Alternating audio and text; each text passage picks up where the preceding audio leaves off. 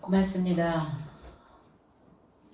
지난주 예수께서 아버지와 하나 된 것 같이 저희의 삶도 제자의 삶도 하나로 있게 하려고 아버지께서 내게 준 십자가의 영광을 또 제자들에게도 준 것입니다. 라고 말씀했습니다.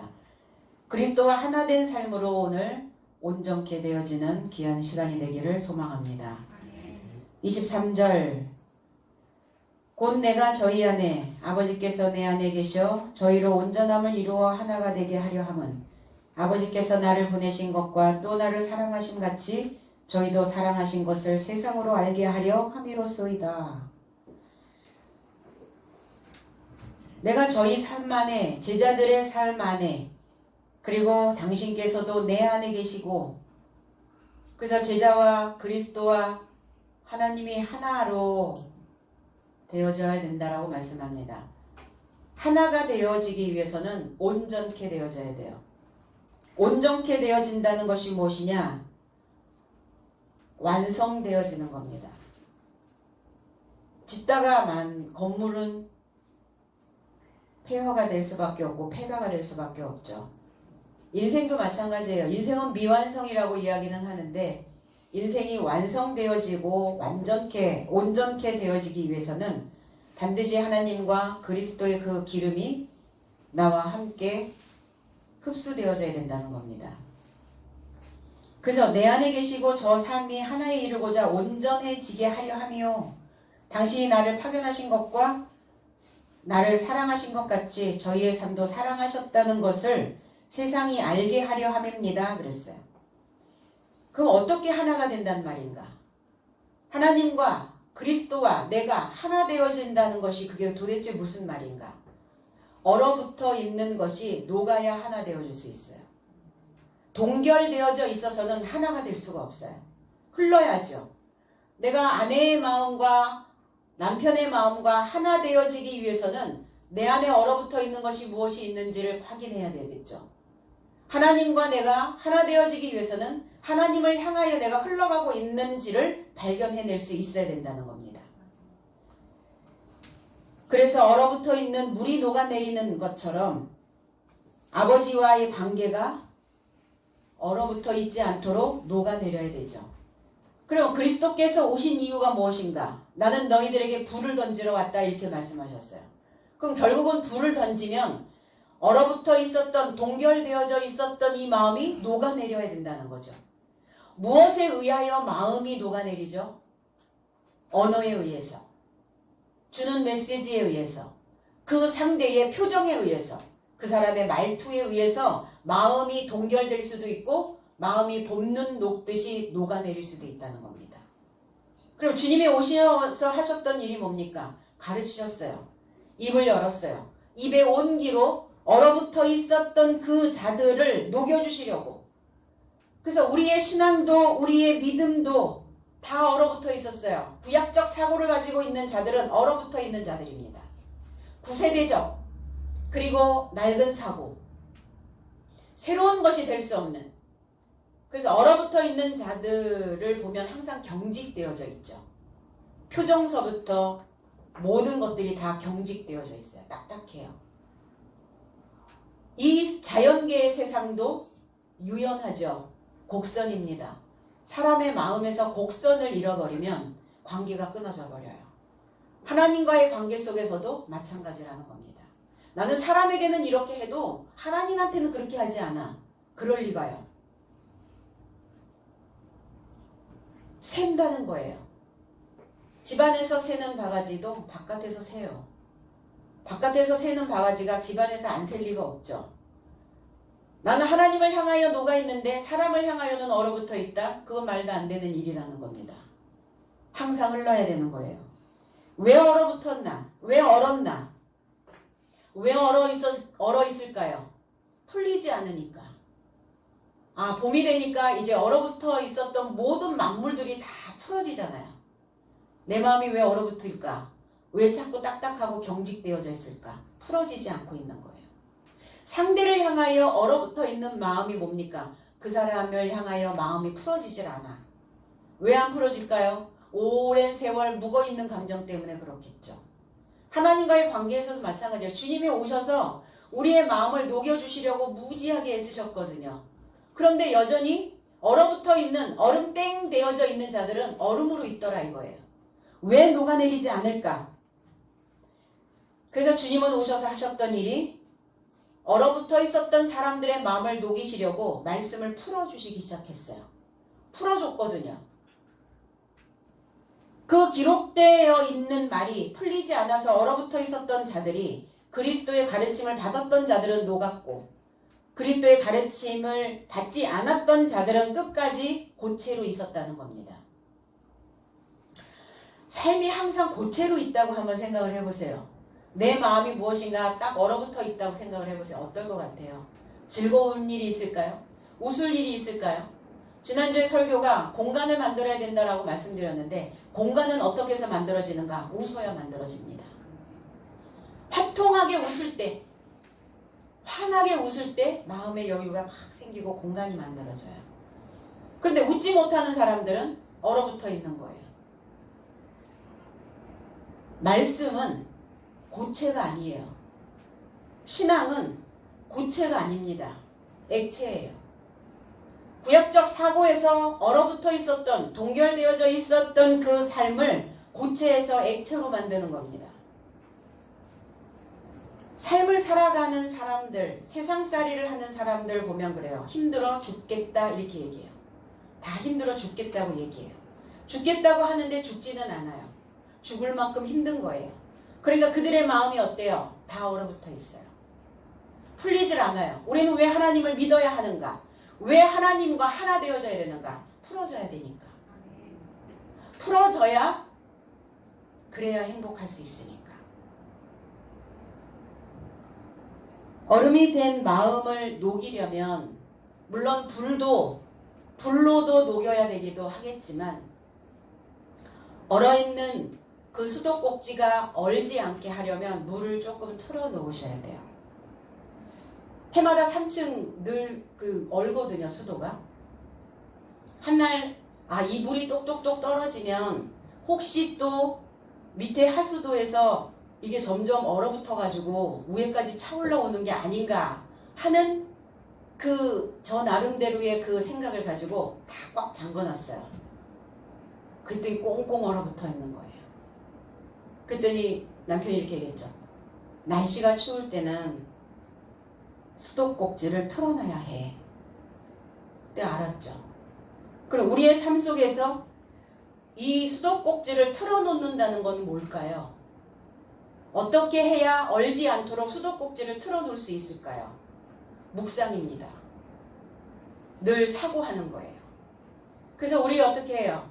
quiet time. 조용한 시간에 조용히 산책하면서 묵상하면서 그 큐티를 하는 겁니다. 그리고 하나님과의 관계 속에서 그 말씀과 교제를 하는 거예요.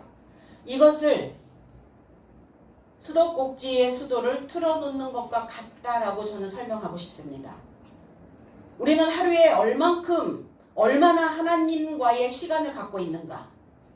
나는 얼마나 말씀과 함께하는 일상을 살고 있는가? 반드시 하나 되어져야 완성되어질 수 있어요. 온전케 되어질 수 있다는 겁니다. 이 온전하다라는 이 텔레이오라고 하는 단어는 흔들림이 없다라는 단어예요. 완성이 되어지면 흔들리지 않아요. 어떤 삶 속에서도 흔들림 없이 갈 수 있습니다. 그리고 끝까지 완성시키려고 내 삶의 어떠한 시간들을 할애한다는 겁니다. 이 완성되어지고 온전케 되어진다는 것이 뭐냐? 나무가 과실을 익히는 것과 같아요.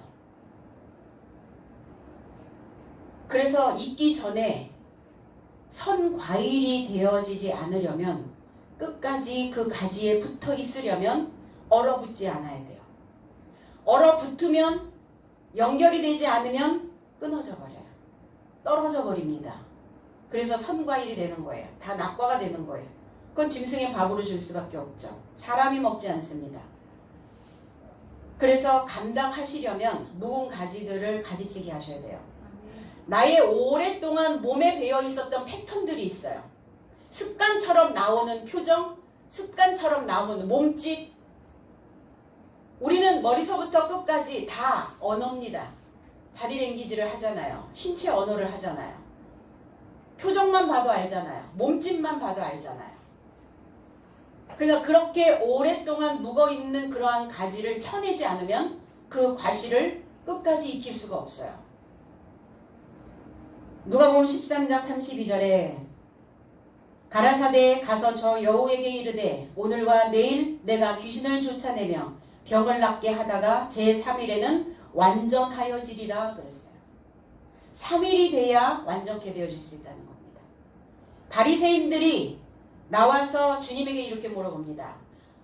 헤롯이, 이제 헤롯을 이야기하는 거예요. 여우를 비유로 말씀하신 것은 그 여우가, 그 헤롯이 당신을 죽이려고 합니다. 그러니까 이곳을 떠나라고 이렇게 바리새인과 서기관들이 이야기를 하고 있는 게 그나마 조금 동정표를 조금 주고 있는 바리새인들이 있었던 것 같아요. 떠나라. 그러니까 주님은 그렇게 말씀하시지 않는 거예요. 여우에게 말하되 내가 여우에게 말하겠다. 오늘과 내일. 오늘은 어떤 날이냐? 빛이 있는 날입니다. 오늘은 어떤 날이냐? 오늘은 먹는 날입니다. 먹고 마시고 입는 날을 오늘이라고 말합니다. 주님은 어디에 계시냐? 지금 여기 오늘에 있습니다. 그러면 내일이 되면 또 오늘이죠. 모레가 되면 또 오늘이죠. 먼 훗날 10년 이후에 내가 그 자리에 있으면 또 오늘이라는 겁니다. 하나님은 항상 현재형이 계셔요. 미래형도 과거형도 아니에요. 현재 지금 여기에 계신다는 겁니다. 먹고 마시고 입는 날. 그래서 마태복음 6장 30절에 오늘 있다가 내일 아궁이에 던져지는 들풀도 그랬어요. 오늘 있다가 내일 던져지는 들풀에게도 입히신다. 믿음이 적은 자들아 그러므로 무엇을 먹을까 마실까 입을까 염려하지 말라 이렇게 말씀하셨거든요. 염려는 뭐라고요? 미래에 있는 거예요. 왜 염려하고 사는가? 미래에 있는 거예요. 생기지도 않은, 발생되지도 않은 그 일들을 미리 땡겨오는 거, 그걸 염려라고 하는 겁니다. 내일은 어떤 날이냐? 내일은 신선한 날입니다. 내일은 숨을 쉬는 날이에요. 내일은 숨통이 확 열리는 날이에요. 그럼 내가 오늘 먹고 입고 마셨다면 내일은 나에게 또 오늘이 되는 겁니다. 신선한 날이에요. 어제의 이미 오늘에서 내일로 넘어간 자는 어제가 아니에요. 어제의 삶이 내일로 넘어오는 게 아니라는 겁니다. 내일은 또 신선한 것을, 또 숨통이 열리는 뭔가 새로운 일들을 갖는 날이라는 거예요. 그래서 오늘과 내일은 어떤 날이냐? 그리스도 예수를 소유하는 날이라는 겁니다. 그래서 셋째 날에 컴백하시는 거예요. 달력의 셋째 날일까요? 달력의 날짜일까요? 아니죠. 세 밤만 자면 온다고 했던 아버지가 오시지 않는 거죠. 세 밤만 기다리면 된다라고 얘기했는데 세 밤을 기다려도 오시지 않아요. 셋째라고 하는 이 샬릿이라고 하는 단어, 세습하다, 강화되어지다 이런 거예요. 무엇인가 그리스도의 지식과 하나님의 지식이 내게 세습되는 거예요. 우린 뭘 세습시켜야 됩니까? 자손들에게, 제자들에게. 신선한 지식을, 숨통을 열어줄 수 있는 지식을, 얼어붙어 있는 그 마음, 동결되어져 있는 마음을 풀어질 수 있도록 그 삶을 세습시켜줘야 된다는 겁니다. 사람은 무엇인가를 보고 경험해요. 무엇인가를 경험하고 그 삶을 자기 걸로 만듭니다. 그래서 우리가 지금 이 세대를 살아가고 있는, 현세를 살아가고 있는 저와 여러분들의 삶이 얼마나 중요한 임무를 띠고 있다는 것을 기억하셔야 됩니다. 왜? 저와 여러분들이 현세를 살아가고 있는 이 신앙을 그대로 내 자손들은 세습하기 때문이에요. 뭘 세습해 줄 것인가? 바로 이 셋째 날을 세습해 주는 겁니다. 강화되어지는 거예요. 이 날은 어떤 날입니까? 일어서는 날입니다. 왜 그동안 못 일어났어요? 오늘과 내일은 먹고 입고 마시고, 자, 다 먹고 입고 마셨으면 뭐 하셔야 돼요? 일어나셔야죠. 이제 언제까지 앉아 계세요? 다 먹었으면 일어나 이러시죠. 그런데 아직 배가 안 채워져 있으니까 못 일어나는 거예요. 인생들이. 여우는 교활한 사람을 일컬어서 여우라 이렇게 말합니다. 그런데 오늘과 내일 내가 귀신을 쫓아낸다 이렇게 얘기해요. 다이모니온, 중성입니다. 중성은 뭐냐? 뭔가를 전파해요. 뭔가를 전염시켜요. 뭔가를 꼭 줘요. 어떤 것이든 주는 자, 중성입니다. 하나님의 일꾼의 중성이 될 것이냐, 아니면 귀신의 일꾼으로 중성이 될 것이냐예요. 귀신은 뭐냐? 다이모니온이 뭐냐? 나쁜 성질, 이렇게 얘기하고 있어요.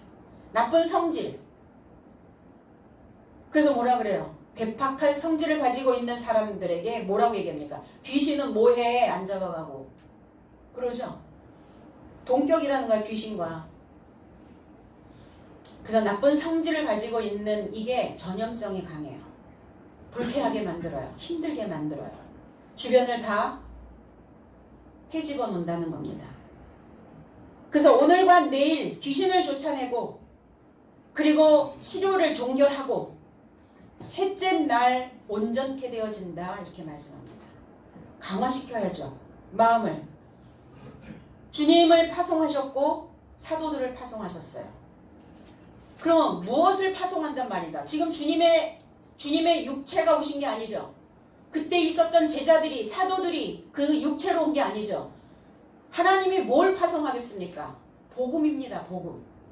복음의 소리, 소식, 연결된 소식을 파송하는 거예요.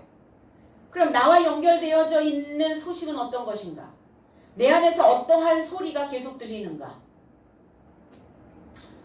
얼어붙어 있는 수도꼭지를 틀어놓을 수 있는 방법 또 한 가지는 뭐냐면 내 안에 있는 소리를 들어주는 겁니다. 내 속에 있는 소리를 듣는 거예요. 주님의 소리는 섬세하고 주님의 소리는 세세해요. 그래서 잘 안 들려요. 귀를 쫑긋 세우지 않으면 잘 안 들려. 내 내면의 소리는. 무슨 소리는 잘 들리는데 타인의 소리는 너무 잘 들리는데 내 안에 있는 내 소리를 듣지 못하면 꽁꽁 얼어붙어 있어요. 왜? 타인이 나에게 주는 평가로 인해서 얼어붙어 있는 겁니다. 그 소식은 어떤 소식이냐? 하나님 나라에 대한 소식이죠. 그래서 이 소식으로 연결하여서 연결되어진 자를 성전이라고 말하는 겁니다. 하늘의 소식과 연결되어져 있는 자, 성전되어지는 거예요. 하나님의 사랑은 어떤 사랑이냐? 연결된 소식으로 주시는 거예요. 그런데 그 연결되어지려면 어떻게 해야 돼요? 나는 가만히 있는데 하나님이 자동적으로 연결시켜 주시나요? 아니죠. 그 연결망을 내가 끌어와야 되잖아요. 지방을 가다 보면 라디오를 틀고 가죠. 그런데 어디를 지나가다 보면 이 주파수가 맞지 않아서 잡음이 막 들릴 때가 있어요. 왜 안 나와? 왜 수신이 안 되는 거야? 여기 주파수가 안 맞아서 그래. 안 맞는다는 거 연결이 끊어진 거죠. 그러면 그 연결을 내가 다시 이어가려면 다시 작동을 시켜야 되는 거예요. 무엇인가를 발생시켜야 되는 거죠. 저는 하나님과 저와 여러분들의 관계를 도시가스와 같은 걸로 비유를 하고 싶어요. 도시가스와 같다. 하나님과 나는 도시가스다. 자, 다 도시가스가 들어와 있어요. 지역마다. 그런데 어때요? 연결되어져 있죠? 관을 통해서 항상 도시가스는 들어와 있어요. 우리 집 앞까지. 집 안까지 들어와 있어요. 그런데 뭐 하셔야 돼요? 가스레인지 앞에 가만히 서 있으면 자동으로 발화가 되나요? 점화가 돼요? 뭐 하셔야 돼요? 발생시켜야죠. 내가 스위치를 누르지 않으면 점화는 되지 않습니다. 그럼 하나님이 항상 나와 하나님의 사랑이 내 안에 내 삶 속에 있는데 나는 하나님의 사랑을 발생시키지 않고 있다는 겁니다. 그럼 하나님의 사랑을 발생시킬 수 있는 방법은 뭐냐면 알아야 된다는 거예요. 하나님을 사랑하는 방법이 뭐냐? 아는 거예요. 하나님이 나를 사랑하는 방법은 뭐냐? 나를 아는 거예요. 서로를 아는 겁니다. 이걸 사랑이라고 얘기해요. 그러면 안다는 이 기노스코라고 하는 단어가 그냥 단순히 지식적인 것만을 이야기하고 있는가? 그렇지 않다는 겁니다. 안다는 것은 뭐예요? 무엇인가를 발생시킬 수 있다는 겁니다. 안다는 것은 뭐예요? 그분의 소리를 들을 수 있다는 겁니다. 그 소리를 듣고 내가 그 소리에 영향을 받는다는 거예요. 설교는 듣는데 영향을 받지 않아. 듣기는 들었는데 발생이 안 돼, 내 삶 속에서. 새로운 것이 열리질 않아. 숨통이 열리지를 않아. 얼어붙어 있는 마음이 녹지를 않아. 발생되고 있지 않는 겁니다. 언제든 버튼만 누르시면 내 삶 속에 그리스도 예수가, 하나님이 내 안에서 점화되어질 것입니다. 이 기노스코라고 하는 단어는 말할 수 있다라는 단어예요. 이해하고 인식하다라는 단어입니다. 마태복음 13장 11절에 천국의 비밀을 아는 것이 너희에게는 허락되었으나 저희에게는 아니 되었나니 그랬어요. 제자들이 물어본 거예요. 왜 주님 저희에게는 이 말씀을 허락하지 아니하시고 왜 비유로 말씀하시고 왜 우리들에게는 이 말씀을 주십니까? 이렇게 물어봤죠. 저희는 어떤 자들이냐? 3인칭입니다. 3인칭은 어떤 자들이에요? 일정한 방향이 없는 자들을 3인칭이라고 말하는 거예요. 나와 똑같은 어떤 일정한 방향으로 가지 않는 이러한 자를 3인칭. 저희는 3인칭, 너희는 2인칭입니다. 관계 형성이죠. 연결되어져 있단 말이에요. 나와 너 연결되어져 있잖아요. 나와 그들 멀잖아요. 2인칭이 되어져 있는 너희들에게는 허락되었으나 그러나 3인칭 일정한 방향이 없는 저희에게는 이 말씀이 허락되어지지 않았다. 왜? 이 말씀은 천국의 말씀은 하늘나라의 말씀은 비밀이다 이랬어요. 비밀, 미스테리움, 신비하다, 입을 다물다. 그러니까 어때요? 비밀이니까 명확히 보지 못하고 있는 것이죠. 왜 하나님 나라의 말씀이 비밀일까요? 왜 감춰져 있을까요? 어떻게 감춰져 있어요? 뭘로 감춰져 있어요? 아니 어디 감춰져 있다가 갑자기 그 비밀이 어떻게 알게 되어진단 말입니까? 문자 속에 감춰져 있다는 거예요. 이 낱말 속에 감춰져 있다는 거예요. 이 낱말의 뜻을 해석하시오. 해석해야, 풀어야 비밀이 열리는 거예요. 그런데 우리는 이미 다 풀어졌다라고 생각을 하는 거죠. 아니죠. 이 낱말을 열어야 돼요. 비밀이에요. 그래서 다 이 글자 속에, 문자 속에, 낱말 속에 감춰놨어요. 그럼 주님은 왜 오셨나? 비밀 열어주시려고. 어떤 자들에게? 연결되어져 있는 자들에게. 연결만 되어져 있으면 안 되죠. 이 연결되어져 있는 것을 가지고 내 삶을 능력 있게, 유능하게, 쓸모 있을 수 있도록 시기적절하게 이것을 사용할 수 있어야 된다는 겁니다. 사용하지 않는 지식이 무슨 의미가 있어요? 내 삶 속에서 이것을 능력으로 꺼내 쓰지 못하면, 내 안에 잠자고 있는 그 에너지들을 꺼내 쓰지 못하고 있으면 그냥 연결만 되어져 있지 한 번도 이것을 쓰지 못한다는 겁니다. 무슨 의미가 있냐고요. 믿기는 믿는데, 믿는다고는 말하면서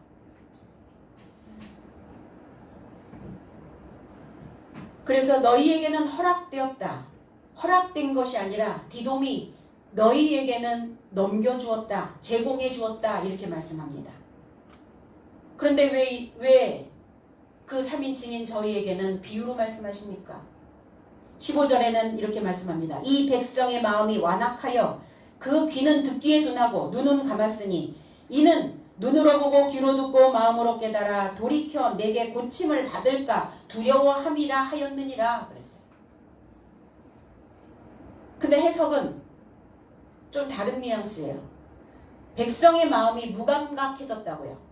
완악한 것이 아니라 이 백성의 마음이 무감각하여 귀는 듣기에 둔하고 저 삶의 눈은 감았고 언제든지 눈으로 보지 못하고 귀로 듣지 못하고 마음으로 깨닫지 못하고 돌이키지 못하는 저 삶을 내가 치료하려고 한다. 내게 고침을 받을까 두려워함이라. 이렇게 해석되어졌는데 원어의 뜻은 마음으로 깨닫지 못하고 돌이키지 못하는 저 삶을 내가 치료하고자 한다고요. 다르죠? 주님이 오신 목적이 치료하고자 오신 거예요. 치료하시려고 가르치시는 거예요. 치료하시려고 연결된 소식을 파송하신 겁니다. 그런데 치료되려면 어떻게 하셔야 돼요? 건너오셔야 해요. 마음이 건너오셔야 됩니다. 그 자리에 계속 버티고 서 있지 말고 나는 이 삶으로 그냥 일관성 있게 가겠다. 내 삶은 그냥 어둠에 묻힌 채로 그냥 이렇게 일관되게 살 거야. 물론 그것도 일관이죠. 그런데 우리는 더 좋은 삶을 선택할 수 있잖아요. 얼마든지 내 삶에서 새로운 것들을 발생시킬 수 있는 능력을 가지고 있는 자들입니다. 그렇다면 멈춰 있으면 안 되죠. 멈춰 있으면 무감각해집니다. 멈춰 있으면 소경이요. 멈춰 있으면 벙어리가 되어지는 거예요. 귀머거리가 되어지는 겁니다. 듣지 못하니까 말하지 못하는 거죠. 말하지 못하니까 벙어리 냉갓을 앓고 있는 거예요. 입 열어서 열지 못하니까 점화가 안 되는 거예요. 오늘 우리 모두가 다 깨닫지 못하고 돌이키지 못하는 너희들의 삶을 내가 치료하고자 하노라. 오늘 이 말씀이 저와 여러분들의 삶 속에 새로운 에너지로 공급원으로 들어가기를 소망합니다.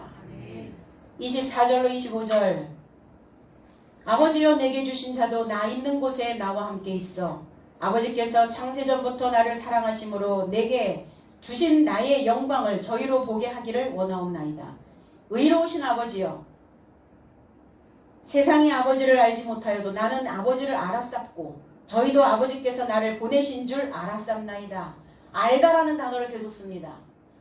알았습니다. 사랑은 뭐냐? 아는 겁니다. 알아가는 거다. 서로를 배워가는 것입니다. 이걸 사랑이라고 얘기를 하고 있는 것이죠. 아버지여 당신이 나에게 주신 삶, 그 삶은 어떤 삶이에요? 영광의 삶이었습니다. 그 영광의 삶은 어떤 것이었어요? 십자가를 매는 겁니다. 십자가의 도를 가르치는 거예요. 그 무거운 말씀을 그들에게 주는 겁니다. 중요한 임무를 그리스도에게 주셨던 것처럼 저들도 나 있는 곳에, 나 있는 곳이 어디예요? 십자가가 있는 곳에, 십자가가 있는 그곳에 제자들의 삶도 함께 하기를 원합니다. 그러려면 뭐 하셔야 돼요? 무거움 감당하셔야죠. 그게 영광이에요. 중요한 임무 받으셨잖아요. 중요한 임무가 뭡니까? 중요한 임무. 무엇이 나에게 중요한 임무입니까? 살아내는 거예요. 살아낸다는 것은 무엇이다? 말씀으로 믿음으로 숨쉬는 거예요. 말씀이 있지 아니하고서는 신앙이 있지 아니하고서는 숨쉴 수가 없는 거예요. 그래서 세상 사람들은 다 죽겠다고 말하는 겁니다. 그들의 마음은 숨쉬지 못하고 있는 거예요. 그러나 하나님을 믿는 우리는 그 말씀으로 신앙으로 믿음으로 숨쉴 수 있는 거예요. 살아내는 거예요. 나 있는 곳에 저들도 나와 연합하여 있게 하려 함이요. 창세전부터 언제부터? 구약서부터? 창세기가 만들어질 그때서부터 창세가 아니라 이 창이라고 하는 단어는 카타볼레라는 단어예요. 창, 카타볼레, 새는 코스모. 그러니까 세상이 아래로 던져진 그날부터 세상을 아래로 던지기 전에 당신이 나를 사랑하셨다는 것과 내게 주신 내 영광을 저 삶이 지켜보게 하려고 나는 그것을 원합니다. 나 있는 곳에 제자들의 삶도 있기를 원합니다. 십자가가 있는 그곳에 제자들의 삶도 있기를 원합니다. 하늘의 삶을 살고 있는 자들, 그러니까 나 있는 곳 이러니까 어느 또 자꾸 장소라고 생각을 하는 거예요. 어느 장소로, 어느 장소에 나 있는 곳이 어디입니까? 어디든지 모든 시공간을 초월한 하나님의 나라를 곳이라고 이야기를 하고 있는 거예요. 그리고 함께 하기를 원합니다. 연합되기를 원합니다. 융합되기를 원합니다. 이 십자가와 연합되어지기를 원합니다. 나 있는 곳에 그 제자들의 삶도 있기를 원합니다. 그러니까 우리는 피해갈 수 없어요. 주님이 걸어가셨던 그 길을 우리는 가야 됩니다. 주님이 주님이 매달으셨던 십자가 우리도 매달아야 돼요. 주님이 가셨던 그 골고다의 언덕 우리도 올라가야 되는 겁니다. 누가복음 23장 43절에 예수께서 이르시되 내가 진실로 진실로 내게 이르노니 오늘 내가 나와 함께 낙원에 있으리라 그랬어요. 십자가에 못 박힌 두 행악자가 있었어요. 두 강도. 하나는 우편에 하나는 좌편에. 우편에 있는 자는 어떤 자였어요? 주님의 오른쪽이 아니라 오른편을 택한 자. 좌편, 오른편이 아닌 반대쪽을 택하여 가는 자. 좌편 행악자, 우편 행악자. 우편에 있는 자는 하나님을 두려워하는 자였어요. 하나님을 경외하는 자였습니다. 그러나 좌편에 있는 자는 하나님을 모독하는 자였죠. 내 안에 좌편과 우편이 있죠. 내 안에 매달려 있는 그 행악자가 이렇게 얘기할 겁니다. 하나님을 경외하라. 하나님을 두려워하라. 네가 지금 무슨 생각을 하고 있는지, 어떤 마음을 먹고 있는지, 어떤 삶을 살아내고 있는지 하나님을 두려워하지 않는 자는 하나님을 모독하는 것과 같다. 아, 내가 이렇게 말할 때, 이런 표정을 지을 때, 이렇게 살 때 하나님 나를 어떻게 생각하실까? 하나님을 두려워해야죠. 하나님이 두렵지 않으니까 함부로 마음대로 마음 내키는 대로 내 감정대로 막 퍼부어대고 막 하는 거예요. 그래서는 안 된다는 거죠. 무엇을 가지고 내가 크리스찬이라는 것을, 그리스도인이라는 것을 표명해낼 거냐는 거예요. 어떻게 보여줄 거냐는 거예요. 어떻게 저 사람을 보고 아 과연 그리스도인이다라는 것을 알게 할 거냐는 거예요. 주님은 너는 오늘날 나와 연합하여 낙원 안에 있을 것이다. 연합되어진 자만이 낙원입니다. 말씀과 믿음과 이 신앙이 연합되어져야 낙원에 이르를 수 있어요. 낙원이 어디입니까? 또 곳입니까? 또 장소예요? 자연계에 어디 장소가 에덴이 있습니까? 어디가 즐거운 동산이에요? 에스겔 36장 35절에서 에스겔 선지자는 이렇게 말합니다. 사람이 이르기를 이 땅이 황무하더니 이제는 에덴 동산같이 되었고 그랬어요. 그럼 에스겔 선지자는 이미 사람이 에덴이라는 거예요. 사람의 삶이 에덴 동산이어야 된다는 겁니다. 그런데 이것을 왜 자꾸 장소로 이야기를 하냐고요. 에스겔 선지자가 이렇게 말씀하셨는데 사람이 이르기를 이 땅이 황무하더니 이제는 에덴 동산같이 되었고 황량하고 적막하고 무너진 성읍들의 성막과 거민이 있다 하리니 그랬어요. 우리는 무엇으로 완성되어져야 되는가? 에덴으로 완성되어져야 됩니다. 왜 태어났어요? 왜 사랑합니까? 왜 믿어요? 즐겁게 살려고. 즐거우려고요. 즐거움을 맛보려고. 왜 우리 맛있는 거 먹으러 다닙니까? 그 먹는 즐거움을 느끼려고요. 왜 좋은 사람들과 만납니까? 그 즐거운 자리에 동석하고 싶어서 즐거우려고요. 이게 다 에덴입니다. 나의 삶이 영적으로 하나님의 영으로 인해서 에덴 동산이 되어지는 겁니다. 에덴 동산 되어 가고 있는 거예요. 그 에덴 동산이 되어진 자를 일곱째 날의 사도라고 말하는 겁니다. 일곱째 날의 사도가 온전케 되어진 자요. 이 온전케 되어진 자가 하나 되어진 자라는 겁니다. 그러니 새 삶을, 새로운 소식을 가지고 있는 자의 모습이기도 해요. 어제 소식도 가지고 오셨나요? 어제 나에게 어떤 소식을 주셨어요? 그 소식도 나한테 또 들려주고 계시나요? 아니면 오늘 새로운 기분으로 즐거운 마음으로 나에게 새로운 소식을 주고 계시나요? 십자가의 말씀과 연합된 자만이 낙원에 이르를 수 있다는 거예요. 오늘날 네가 나와 연합되어진다면 그러면 낙원 안에 있을 것이다. 연속적 연결이에요. 끊어졌다, 이어졌다 하는 게 아니에요. 말씀과 항상 연속적으로 연결되어진 삶이어야 된다는 겁니다. 창세전부터 세상을 아래로 던졌다는 것이 뭡니까? 창세, 그대로 가지 마시고 세상을 아래로 던진 날부터, 세상을 아래로 던졌다는 것은 뭐냐면 십자가에서 죽으심을 이야기하고 계시는 거예요.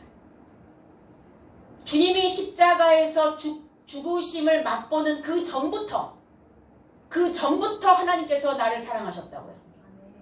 십자가 사건 그 전부터. 그 십자가가 왜 세상에 땅으로 던져졌다고 말하는가? 주님이 십자가에서 돌아가셨을 때 땅의 마음속으로 오셨거든요. 땅 속으로 오신 게 아니에요. 그러니까 땅으로 던져지신 거예요. 나의 세상에 던져지신 거예요. 나의 마음 안에, 나의 땅 안에 던져지신 거예요. 그렇게 되기 전부터 하나님께서 나를 사랑하셨다고요. 그러니까 사랑하셨기 때문에 나의 땅 안에 던져지신 거예요. 나라고 하는 이 세상에 던져지신 겁니다.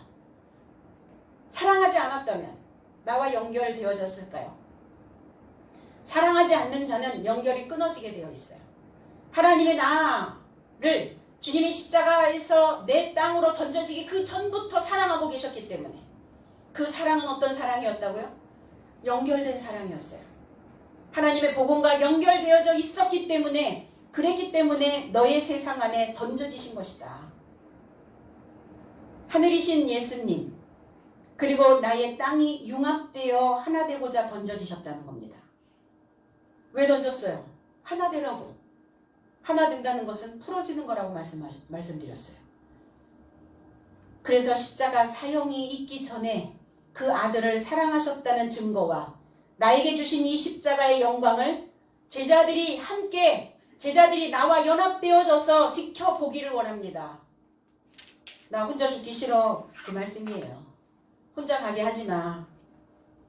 그거 다 지켜보는 가운데서 그렇게 갔으면 좋겠어. 홀로 외로이 쓸쓸히 그렇게 가는 건 원치 않아. 그리고 너희들도 기억해야 돼. 어느 날 너희들도 이 죽음처럼 너희들도 그렇게 죽어야 될 때가 온다는 것을. 죽는다는 게 뭡니까? 나와의 시간이 다 된 거예요. 나와의 시간이 다 되면 죽습니다. 우린 죽음을 생각하지 않죠. 우리는 늘 살 날만을 기다리고 있어요. 우리는 사는 거에 너무 바빠요. 사는 거에 너무 급급해요. 사는 거에 너무 숨차 있어요. 그게 유연하지 않아요. 행복하지 않아요. 즐겁지가 않은 거예요. 열심히 살아서 돈 벌어가지고 그 돈 또 내가 열심히 살아온 결과물로 또 다 써요. 내가 너무 열심히 살아가지고 여기도 아프고 저기도 아프고 아픈데 천지야. 그 돈 또 쓰잖아요.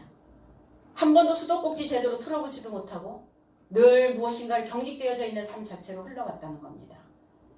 오늘 일주일에 한 날 매일이 우리에게는 주일이에요.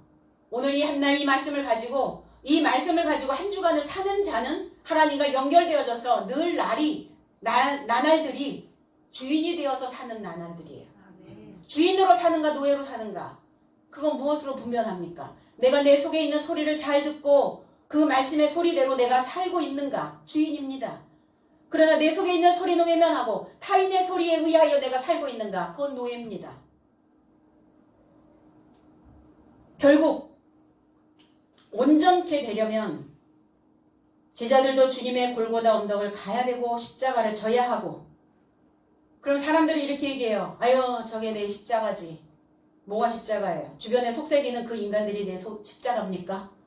내 자녀가 십자가고 남편이 십자가고 그 십자가 지기 싫어서 그래서 떨어지는 거예요? 그렇지는 않잖아요. 그게 십자가가 아니라는 겁니다. 좁은 길을 가는 것이 십자가예요. 십자가의 길은 좁습니다. 좁다라는 것은 뭐예요? 크고 넓은 길은 모든 사람들이 다 몰려요. 그런데 좁고 환란의 길이기 때문에 안 가요. 발견하는 이가 적습니다. 그러면 어떤 길이 십자가의 길이고 어떤 것이 좁은 길입니까? 지성소 되는 거예요. 지성소. 성소 중에 성소. 성소를 지나야 지성소로 들어가요. 성소의 더 깊은 곳으로 들어가요. 가벼운 생각이 아니에요. 가벼운 마음이 아닙니다. 깊은 사고예요. 깊은 물을 거기서 끌어내줄 수 있어야 우리의 삶이 생명의 말씀으로 늘 연결망을 가질 수 있어요. 그러면 이 지성소의 이 좁은 길에 십자가의 길을 가는 자들은 어떤 자들이냐? 항상 딥 클렌징을 할 수 있어요. 깊은 동안 피부를 사람들은 선호하죠. 피부결이 좋은, 피부가 빛나는 그러니까 겉만 빛나는 게 아니라 속이 빛나기 때문에 겉으로 나오는 거죠.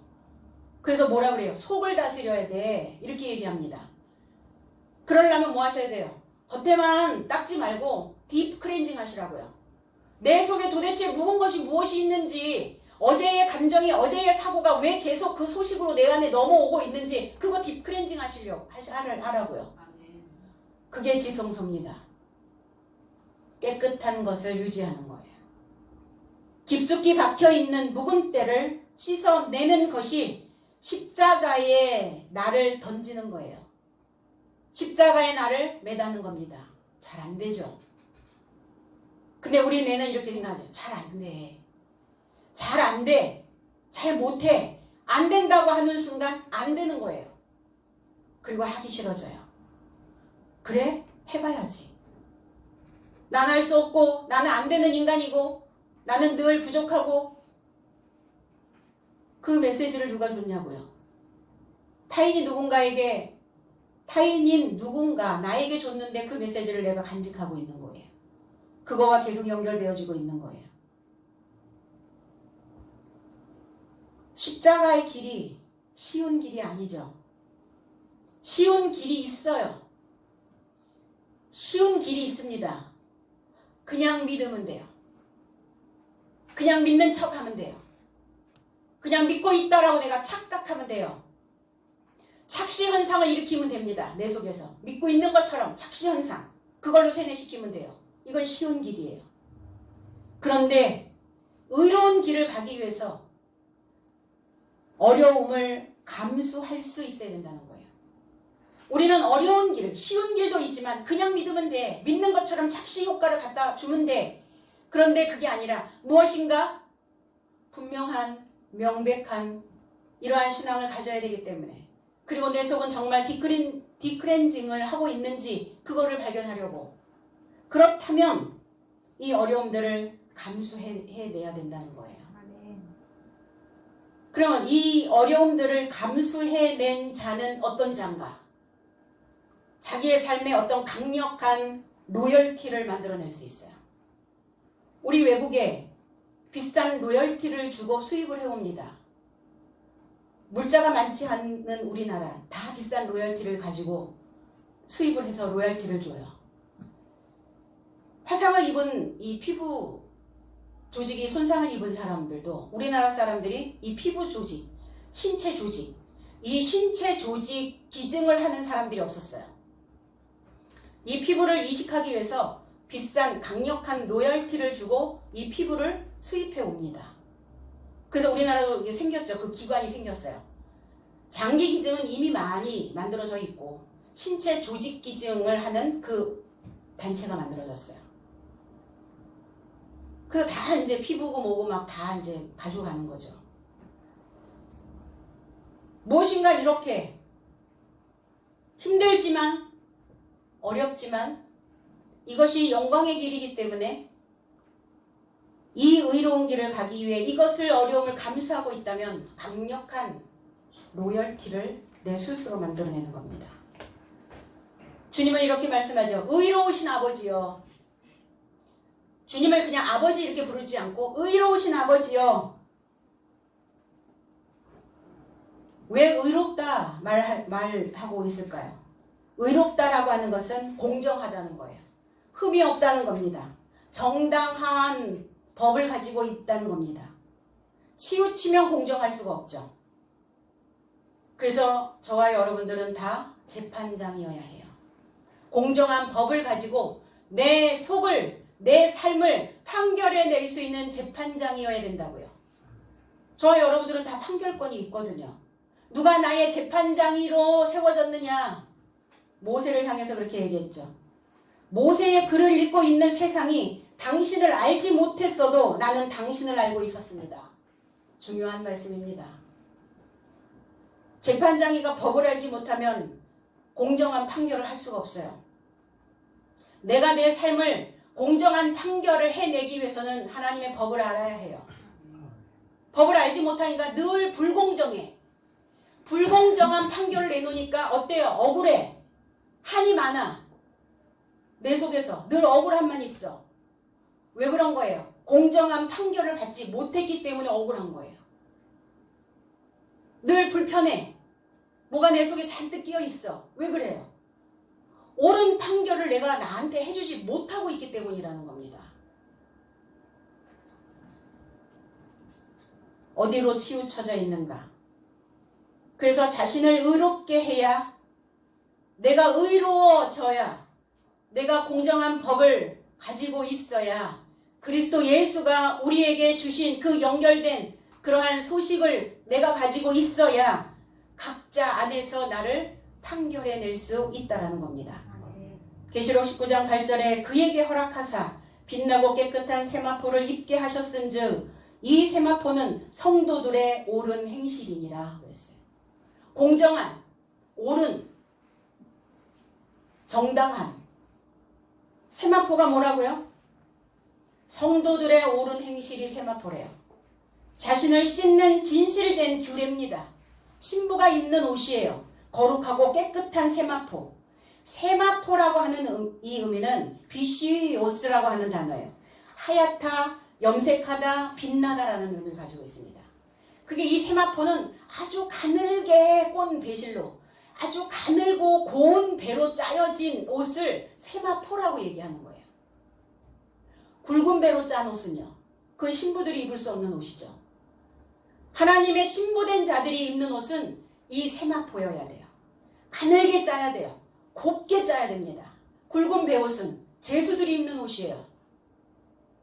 그래서 상복은 다 굵은 배옷으로 짭니다. 난 죄인입니다. 나는 남았고 그는 같고 먼저 보낸 죄인입니다. 그래서 그 배옷을, 굵은 배옷을 입는 겁니다. 성도들의 의로운 행동. 그래서 이 성도들의 의로운 행동, 옳은 행동. 그럼 옳은 행동, 공정한 행동, 정당한 이 행실은 어디로부터 오는가? 육신으로 살지 않는다는 거예요. 육신으로 산다는 것은 뭐냐면 육신을 위해 살지 않고 성령을 따라 사는 신앙인. 육신을 따라서 산다는 거. 그럼 우리 육신을 위해서 아무것도 하지 말아야 되나? 먹는 것도 하지 말고 즐거운 것도 하지 말고 아무것도 하지 말라는 건가? 그건 아니죠. 우리가 이 속세를 떠난 사람들이 아니잖아요. 우리는 속세에서 살고 있잖아요. 그럼 속세에서 우리 즐거워해야 되죠. 행복해야 돼요. 기뻐야 됩니다. 그럼 육신을 따라 산다는 것이 뭐냐? 생각이라요. 생각. 사망의 생각. 사망의 생각. 그리고 불안한 생각. 왜? 영의 생각은 생명과 평안이니라 그랬어요. 살아있는 생각을 하지 못하고 내 안에 평안이 없다면 나는 육신을 따라 사는 자라는 거예요. 왜? 뭐가 부족해서? 뭐가 부족해서 왜 맨날 불안해요? 뭐가 불안해요? 아, 내가 지금 육신을 따라 살고 있구나. 육신을 따라 살고 있는 자는 세마포를 아직 못 입은 겁니다. 그러니까 계속 굵은 배 입고 있으실 건 아니죠. 그 굵은 배 옷 벗으셔야죠. 새 옷 입으셔야잖아요. 신부가 입었던 아름다운 옷, 어제 신부 아름답더라고요. 그 옷을 입기를 원하잖아요. 우리 모두가 다. 그리스도인의 표를 어떻게 할 것인가? 나 그리스도인이야. 나 크리스찬이야. 뭘로 보여주실 거예요? 그의 행실로 보여주는 거예요. 옳은 행실로, 옳은 생각으로, 정당한 생각으로. 그러려면 뭐 하셔야 돼요? 짜야죠. 직조라는 단어를 좋아합니다, 저는. 가는 배 세마포는 의로운 자가, 옳은 자가 입는 옷이에요. 그 옷을 신부의 옷이기도 하고 법을 판결하는 법복이기도 합니다. 하나님의 법으로 촘촘히 짜셔야 돼요. 구약과 신약을 촘촘히 짜셔야 돼요. 구약은 이미 날줄이 놓여져 있어요. 왜? 아벨이 죽고 아벨의 바닥에 셋을 주셨거든요. 이 셋이라고 하는 단어가 날줄이라는 뜻이에요. 이미 날줄은 다 놓여져 있어요. 구약의 날줄은. 그리스도 예수가 시줄로 오신 거죠. 그래서 허술하게 짜면 다 새요. 다 새는 바가지가 돼버려요. 물들여야죠. 크리스찬들의 장기가 뭡니까? 물들이는 거예요. 어떤 물이요? 옳은 물, 정당한 물, 공정한 물. 그래서 아버지를 아는 지식으로 알기만 하면 돼요. 알아, 안다니까. 그거 배웠어, 알아. 아니요, 안다는 것은 행실로 나와줘야 돼요. 발생이 되어져야 됩니다. 효능이 있어야 해요. 안다는 거 뭘로 알아요? 효능이 나타나야죠. 그 약 먹었는데 효능이 없네. 왜 효능이 없어요? 그래서 효능이 없는 약은 우리에게 쓸모가 없단 말이에요. 신약과 구약을 먹으면서 내게 효능이 나타나지 않으면 그 의미가 없는 거죠. 아버지를 아는 것으로 나의 행실로 그래서 씨줄과 날줄을 교차하여 직조하는 겁니다. 구약과 신약에 풀어진 말씀으로 섬세하게 세밀하게 직조시키는 거예요. 이걸 세마포라고 말합니다. 이걸 옳은 의롭다고 말하는 거예요. 지금 예수께서 우리에게 어떻게 지금 파송되어지셨나? 복음으로 사도의 직분을 맡겨주실 때 연결된 소식으로 우리에게 직분을 맡겨주신다는 겁니다. 그 복음의 소리는 진실한 소리예요. 진실하다. 진실하다는 게 뭘까요? 사실을 인정하는 거예요. 진실해. 진실로 내가 너희에게 말하노니 주님은 진실로라는 단어를 이렇게 거듭거듭 말씀합니다. 왜? 나는 사실이야. 나는 실체야. 역사 속의 인물이 아니야. 지금 현재를 살아가고 있는 너의 삶 속에 직접적으로 연관되어져 있는 실체라고. 그 실체를 인정하라고. 이것이 진실이야. 이렇게 강조하고 계시는 거거든요. 26절 내가 아버지의 이름을 저희에게 알게 하였고 또 알게 하리니 이는 나를 사랑하신 사랑이 저희 안에 있고 나도 저희 안에 있게 하려 함이니이다 그랬어요. 나는 당신의 이름을 저희에게 알려줬고 이름을 알려준다는 것은 뭘까요? 그 사람 그 이름이야. 우리 만나면 뭐 해요? 통성명을 하죠. 통성명. 그리고 비즈니스 카드를 주잖아요. 명함. 왜 그래요? 이름 기억해달라고. 방송에 나오는 사람들 자기 이름을 알리려고 무명에서 유명으로. 그건 뭘 의미하는 겁니까? 이름이 없는 자였는데 이름이 있다. 이름이 있다라는 것은 왜? 많은 사람들이 그 이름을 기억해 줄 때 유명한 자라고 말하는 겁니다. 우리는 무명한 자 같으나 유명한 자요. 이름이 묻혀서 살았어요. 우리 이름이 없었어요. 내 이름으로 살지 못했어요. 다 타인의 이름이 내 안에 들어와 있었어요. 그러니까 내가 주도적으로 주인이 되어 살지 못하고 있었다는 겁니다. 당신의 이름을 알게 했고 나를 사랑하신 사랑이 저희 안에 있게 하려고 내가 알게 할 것입니다. 안다. 알게 했다. 그노리조라는 단어예요. 알게 하다라는 단어. 주체가 되는 겁니다. 확인시키는 겁니다. 지식과 학식과 학문이 하나로 통일되어지는 겁니다. 에베소서 6장 19절에 또 나를 위하여 구할 것은 내게 말씀을 주사 나로 입을 열어 복음의 비밀을 담대히 알리게 하옵소서 그랬어요. 알리고 계십니까? 내 삶으로 내 행실로 알리는 거예요. 입만 열면 진실이야. 입만 열면 거짓이야. 입은 살았는데 삶이 엉망이야. 입만 살았어. 이렇게 얘기하죠. 그리스도인들이 입만 살아서는 안 되죠. 우리의 온 삶이 다 살아나야 해요. 온 삶으로 사는 겁니다. 그래서 아낌없이 주는 거예요. 우리는 정해져 있는 기한이 있는 그 삶을 지금 살아내고 있습니다. 기한이 있어요. 1000년 동안 10,000년 동안도 못 삽니다. 그러면 그 나에게 맡겨주신 이 기한 동안 우리는 모든 것들을 다 소모하시는 거예요. 모든 기능이 다 소모하면 그때 우리는 갑니다. 아깝잖아요. 남겨두면 아깝잖아요. 다 주고 갈 수 있어야죠. 다 주고 있는가? 아니면 주는 게 너무 아까운가? 네가 요만큼 했으니까 나도 요만큼 줄 거야. 아까워서 어떻게 줘요? 아까워서 아직도 못 주고 있는 거 있습니까? 다 내놓으셔야죠. 복음의 비밀을 담대기가 아니라 솔직함 안에서 솔직함 안에서 알게 하도록 내 입을 열어야 한다는 거예요. 솔직하게. 말씀을 솔직하게 해줘야 돼요. 너희들은 구원을 받은 게 아니다. 구원의 여정을 가는 것이다. 구원은 현재가 아니라 현재는 미래에 주신다고요. 미래 능동태로. 그럼 구원을 어떻게 해요? 옛다 구원받아라. 이랬다고 구원받는 게 아니라 구원은 내가 만들어 가는 겁니다. 하나님의 말씀이 채워지면 나는 거기에서 올라와요. 지하에 있다가 또 지상 1층으로, 지상 1층에서 2층으로, 2층에서 3층으로 이렇게 말씀의 물이 채워지면 올라오는 거예요. 그 물에서 건짐을 받는 것을 구원이라고 말하는 겁니다. 옛다 구원이다. 뭐 해요 그럼? 그 다음부터 뭐 합니까 신앙인들이? 구원 받았으니까 이제 내가 원하는 삶을 살면 되나요? 그런 구원이 아니라는 거예요. 미완료라고 말해줘야죠. 말씀은 미완료야. 아직 미완료야. 이 말씀이 완료가 되어지면 하나님처럼 살게 되는 것이다. 그래서 완성에 가야 한다고.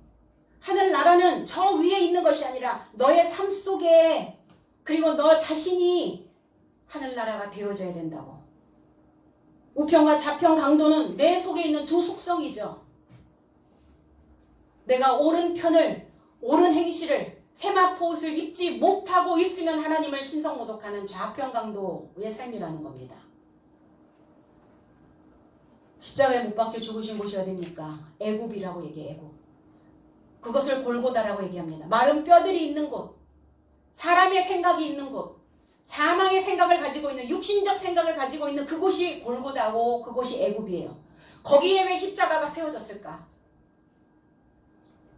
그 생각에 하나님의 진리의 물이, 진리의 피가 쏟아지지 않으면 사람은 사람으로, 짐승은 짐승으로, 그리고 나는 빼짝 말라버린 마른 뼈로 살다 갈 수밖에 없어요.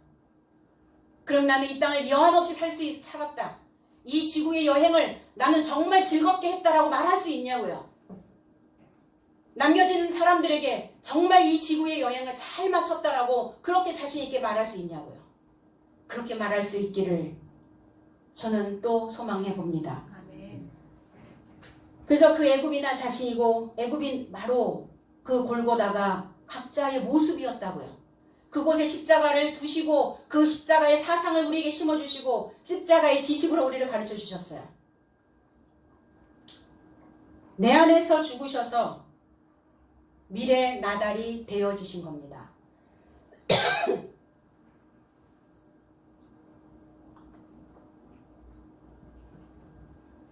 그래서 하나님을 알도록 학문을 통해서 그 학식이 풍부해질 때 내 안에서 예수는 사시는 거예요. 하나님 나라가 온전하게 완성시켜 주시는 그것이 하나님의 사랑입니다. 오늘 십자가의 죽음을 주님께서 코앞에 두고 아버지께 배움에 있는 자들에 대한 아버지에 대하여 배우고 있는 그 제자들을 향한 애절한 기도이셨습니다.